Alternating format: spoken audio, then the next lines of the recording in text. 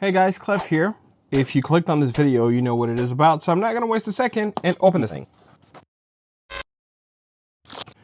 Now this is the Chinese edition as I purchased it from China. I got it from Gistop for $599 US, and based off of the fact that the Gen 3 on the official North American Lenovo website was $550 on launch, that's US. Now it's less because I think they're trying to get rid of the units that they have to make way for the Gen 4. I felt like the difference wasn't as much, if I'm being honest. In fact, if I consider the fact that I was not charged a whole lot with customs, I would assume the declared amount was less than what the actual retail price is. It probably ended up costing me less than if I would have paid it and purchased it locally. At least I think. I'm excited to see what's inside. It's my first time owning a Y700. I wanted one for the longest time, and this will be a first impression. This is not a full review. I want to strap some controllers on it, see what it feels like, what it looks like. And ideally, I did order the G9 controller, so eventually I'd like to make a video covering that controller as well. But that's something I should receive later, as what I understand. Here it is in all its glory. Let's just look at what else is in the box. Pinhole tab, probably for the SSD door, not the SSD, probably for the micro SD door, I would assume. The instruction booklet, of course, as it is the Chinese model, everything is in Chinese. Same goes for another manual here. We have a USB-C to USB-C. Power brick that is rated for up to 68.2 watt. And I believe that is it. Indeed, that is it. I have flashed, be it Android phones or Android tablets in the past. I don't know if it's going to be necessary with this tablet. It did mention that it has the ability to go full English, but usually what is often the case with Chinese products is that even after you put everything on English, you'll still get apps that you can't remove. For example, QQ or WeChat, things like that, that may come in conflict with the kind of experience that you're looking for. So I'll see if I can remove any of those. But man, let me say, wow, this feels great. This feels like a engineered aluminum. I don't know for a fact that it is, but it feels really, really good. Has a nice backing, nice little curves on the edges. It's a little hard to see on the camera, but it feels really good. Like it's obviously a it's obviously a tablet that would be nice to hold for long durations because of how smooth the corners feel. It has a really nice in-hand feel. And I'm actually quite surprised. Now, of course, it is my first time having a Y700. I've had tablets of this size before, but not specifically this model. And it is such the perfect size for anything gaming or media. But, something that feels like it's a bigger phone than it is a tablet that you're trying to find the comfortable position to hold it. Yeah, this is not the case here. I can easily hold it with one hand and use the other hand to like tap if I'm using portrait mode. If I'm using landscape, I can also have this kind of stand with my one hand and do it with the other. And then of course, here with my thumbs, I can just pretty much reach everything. It is the absolute perfect size. Now, the micro SD is back versus the previous version that it was on the Gen 1 and Gen 2. Gen 1, which I believe had a different name, but Gen 3, they removed it. Well, they brought it back now, and you still retain the two USB-Cs, one on the length and another one on the width, which that is going to be extremely useful for someone that uses AR and XR, which I do. And, even if you use a controller, you can still charge it using this, or you can have your AR glasses using that, and then charging with your controller that supports pass-through charging. It may not be able to keep up with the whole 68 watt. That's actually a lot. But for the most part, you should still be able to bring some power into the tablet if you're using a controller. So I'm really excited to see just how far this tablet can take me in my gaming. So let's power it. Ooh, nice little rumble that kicked in when I powered it. Very nice screen. And if this is what I would assume are the blacks, it is, I think they say it's an IPS model, but I would argue that it's probably an LTPS because the blacks are almost OLED level. Looks really, really good. Very smooth, snappy experience so far. And I think the brightness is not all the way. No, it's not. So brightness all the way. quite nice. So this is running the oh, actually, let me lower the brightness a little bit because this is this is very bright. This is running the Snapdragon 8 Elite, so this should be very capable in terms of course, emulation, pretty much everything that's under the sun at this point in time, but also PC emulation should do a good job at pulling its weight for sure. You know, this is pretty much at this time being the greatest Snapdragon chip that you can get, and we know that paired with the Android operating system, it's an extremely capable SoC with an extremely capable operating system as well. So that's what we have here. I am curious to know if I am running at full refresh rate, intelligent. Okay, I kind of figured. So we have a maximum of 165. Let's confirm. It won't come through on the camera. I'm still a little surprised. There's a little bit of a blur. So while the screen is at 165, and I guess I'll have to test it more with games, but while it is at 165, I would argue that there's maybe a little bit of delay in the pixels, because usually 165 feels smoother when I'm panning like that. But you know, that's just me being very, very picky and used to high refresh rate monitors. It's still very, very good. I'm not complaining. It's more of an observation, if anything. Of course, I'll plug in the internet and everything, but before I do that, I'm actually curious to see how that is gonna look like using the X5 Lite. And my gosh, this, oh my God, this is so light. To think that I will have this much power in my hands weighing as little as this does. This weighs like nothing. This is not even, I don't think this weighs as much as the Odin 2 Portal. Man, this weighs like nothing. This is incredible. Okay, let me go ahead and download some games so that we can test things out a little bit. Okay, so first thing, we're playing this. This is tapping into my PC, and I'm using Moonlight.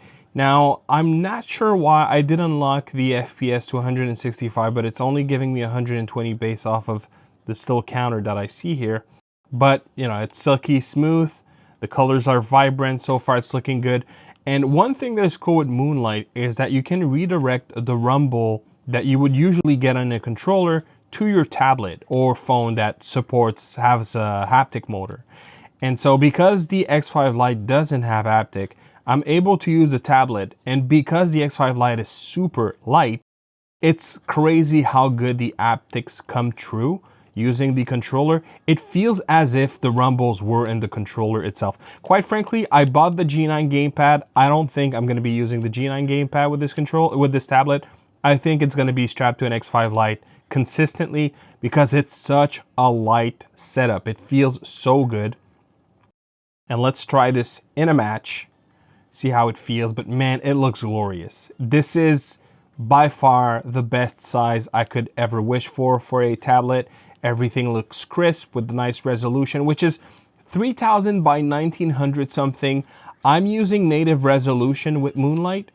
That's a nice cool feature that you can have when installing Artemis. I just have a virtual display at the native resolution of the panel. So I'm really running everything as if it was running on the device itself and leveraging local streaming. And look how smooth this feels. I assure you this is glorious handheld gaming. It doesn't get better than that. And it's looking good. Now, of course, that requires the strength of a powerful PC. What I have is pretty beefy. I'm not gonna lie about that. So your mileage may vary if this is the main use case. For me personally, it's gonna be my main use case. This is really what I wanted, was to have something in bed. And one thing I like about the X5 Lite is that it's so silent. So this is a solution that I can just use in bed with my wife sleeping. You don't really hear them except for the shoulder buttons a little bit, but you know, they're not the buttons that will be used the most. The triggers, you pretty much don't hear them. The sticks are super silent. The D-pad and face buttons are as well. So this is gonna be my main use case, and then being able to plug in AR or XR glasses on the other USB-C, I'll be able to have this big screen if I'm not trying to use the tablet screen. But if I am, it's just the perfect size. And it's so light. This is really what I'm the most amazed of with this setup right here, is it weighs nothing. It's crazy how light this is. I mean,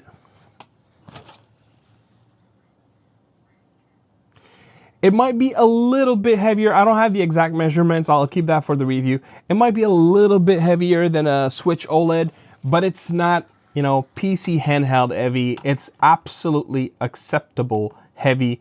And still, you have this big screen and nice controls with the X5 Lite, which are not inlined, which I love. They are offset, so it's easy to maneuver your thumbs.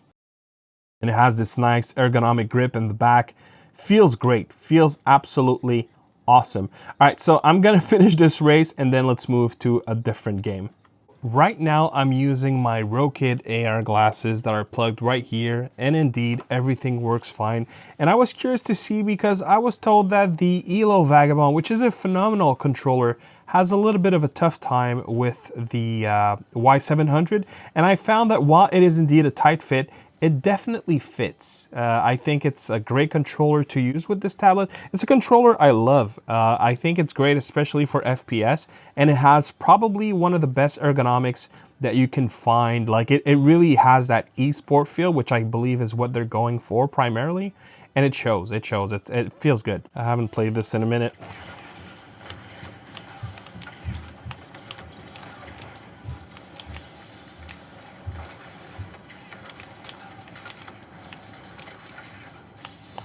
And I don't remember how to,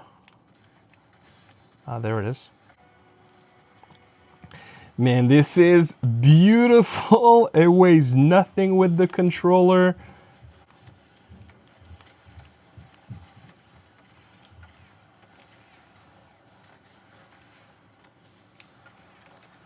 Ugh.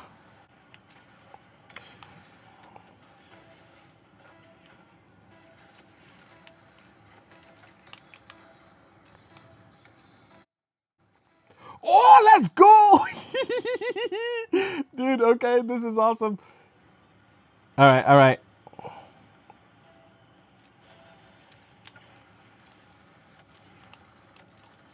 Bam. And just like that, we win. Let's go.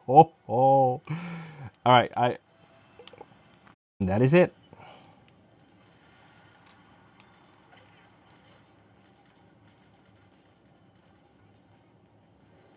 Yeah, this is running beautifully. I mean, to be fair, this is not the hardest game to run, but let's continue. What a setup. I'm loving it. Now, just before we continue, I did run into a little bit of Chinese. For the most part, I don't see anyone struggling with using this device as a whole, as it is.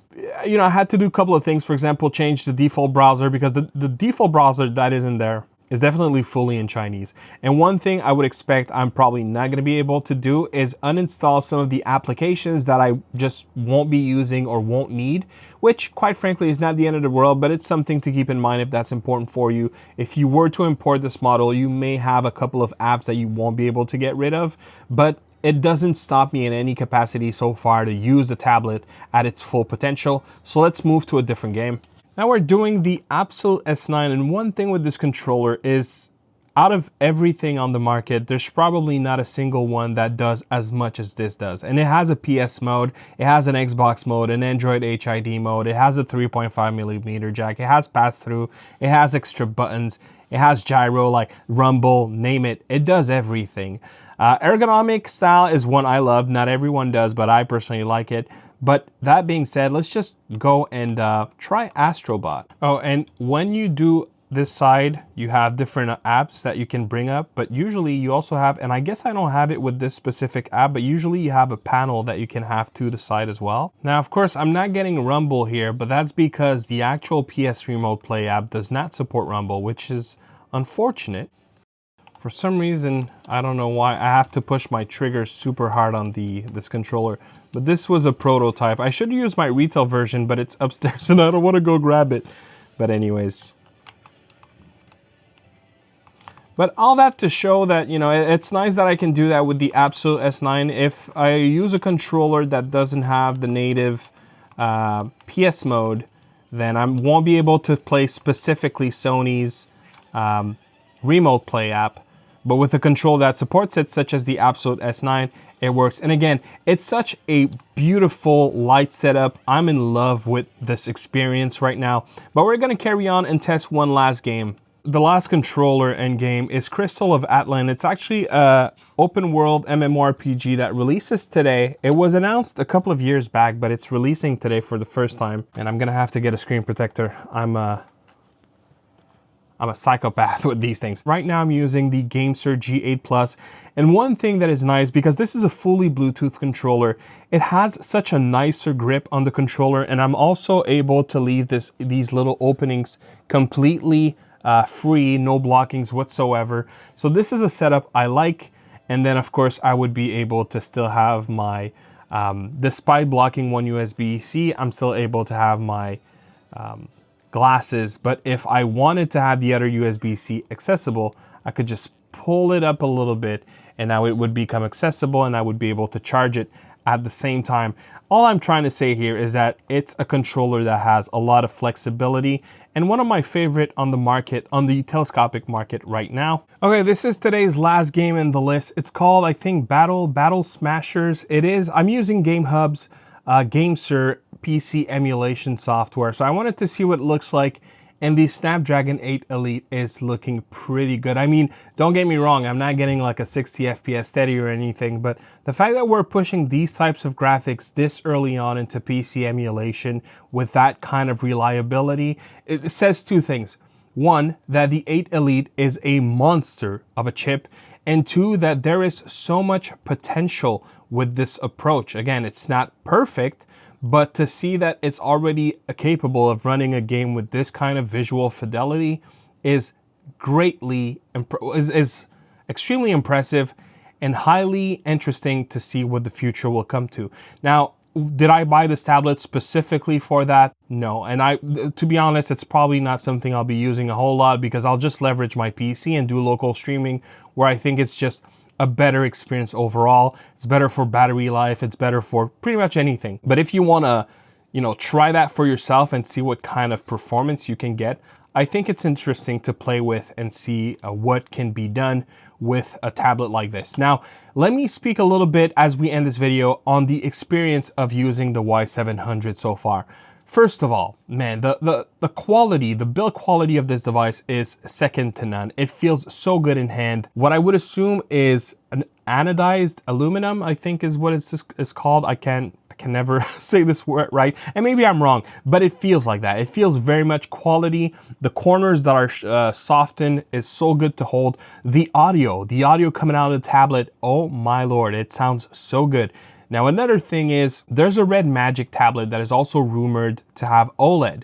And I always said when the upcoming Red Magic tablet that is supposed to be 9-inch comes out and it does have OLED, I might grab it. But to be honest, now that I have this in hand, I don't see why I would. Now, don't get me wrong, especially right now, I'm in a bright environment. Of course, the screen looks beautiful, but even the blacks, like you have a little bit of it, it's not a problem at all. I went into a dark room. Now, of course, no, it's not pitch black OLED, but it is not gray either. It looks pretty good. It's a very good quality panel. I'm pretty sure it's the same panel that you can find on the Legion Go and on the X1 Mini from 1xPlayer. This is a gorgeous looking panel and one that you don't feel like you're sacrificing too much versus OLED. If anything, if I was to get OLED, I'd be more interested in not even the blacks. Rather, I would probably lean towards OLED just for one thing, which is the pixel response time, which is not bad at all here, but I do feel like 165 Hertz on OLED would probably feel a little bit smoother for someone that has been using OLED for some time. I feel like if there's anything that you're losing on this panel, it's pixel response time. I think that's the bigger sacrifice that you're making by not having OLED, but it's one that is absolutely acceptable, and having a high refresh rate overall is still a benefit as it is. There are other things to greatly appreciate with this tablet. The rumble feels really, really good, and I love the fact that it has two USB-Cs. For example, where's my, oh, there it is, my X5 Lite. If I put it here and snap it like that, all of a sudden, guess what? You have a vertical setup. Beautiful for your DS, 3DS emulation, or if you want to do split screen, having a game up top and a video on YouTube at the bottom. There's so much that you can do with this tablet, and the fact that it has this perfect size, super light, is something I think I will use a whole lot. Being able to charge while using an AR glasses at the same time. It opens up so many doors having two USB-Cs. And again, I don't feel like I'm sacrificing on anything. I'm not sacrificing on audio quality. I'm not sacrificing in important fashion on panel quality. The weight proportion, the size proportion is absolutely peak balance as far as I'm concerned. This is the tablet for gamers in 2025. I don't see how there could be anything that beats it. Maybe the last thing to address before I end this video, and of course this is not a full review, this is a first impression, so I will revisit after spending more time, after the honeymoon phase is over. But right now, I'm in love. I don't think I've owned a tablet as well designed for gaming as this one. It's so good. The one thing that I can say I still have to work a little bit on to understand what the potential is whenever I hope, and it's not happening every time, but whenever I open some games, I get that side panel. And that side panel, I'm not getting everywhere. I was a little bit concerned with that. I was a little bit concerned that I was not gonna have as many options as Red Magic. And seeing all that is there, I think it won't be an issue. You have mapping in here, so that's something I was concerned with. But you have mapping for mouse, keyboard, and game pads, which was a big deal on the Red Magic. You could just connect a controller and use that controller to do key mappings. You can do that here as well. So that's a big advantage, a big benefit that you have integrated with the tablet. I was really worried that it was not going to be available, but it is. And you even have some presets for popular games. I don't think it's missing out anything as far as the operating system. I still think from just a quick glance that Red Magic still has a bit more in terms of options, but what you have here is what you should need for 99% of the time. The extras that Red Magic have from a quick glance, I don't think are going to be that important to miss on the Y700. So Lenovo seems to have been doing a good job when it comes to software. And again, keep in mind, this is my first time having a Legion tablet. So maybe you guys are watching this and thinking, okay, dude, like it's been like that since 2-3 years ago. I wouldn't know. So maybe it's just, you know, me having, again, that honeymoon phase. But man, this tablet is, wow, it's peak. Again, peak. If you were in hesitation to get one, if you've never held one, get it. You won't regret it. Now, you could wait for Lenovo to release it on the international market. I got mine on GitStop for $5.99 USD. Absolutely worth every penny I paid. And I will be covering the G9 controller when it reaches me, so stay tuned for that. And of course, there will be a full review coming out in a couple of upcoming days and weeks. So thank you very much for watching. This is Clef for Game Tech Talk. Consider hitting the like if you enjoyed this video, to subscribe to not miss any future ones. And yeah, I'll see you on the next one. Peace.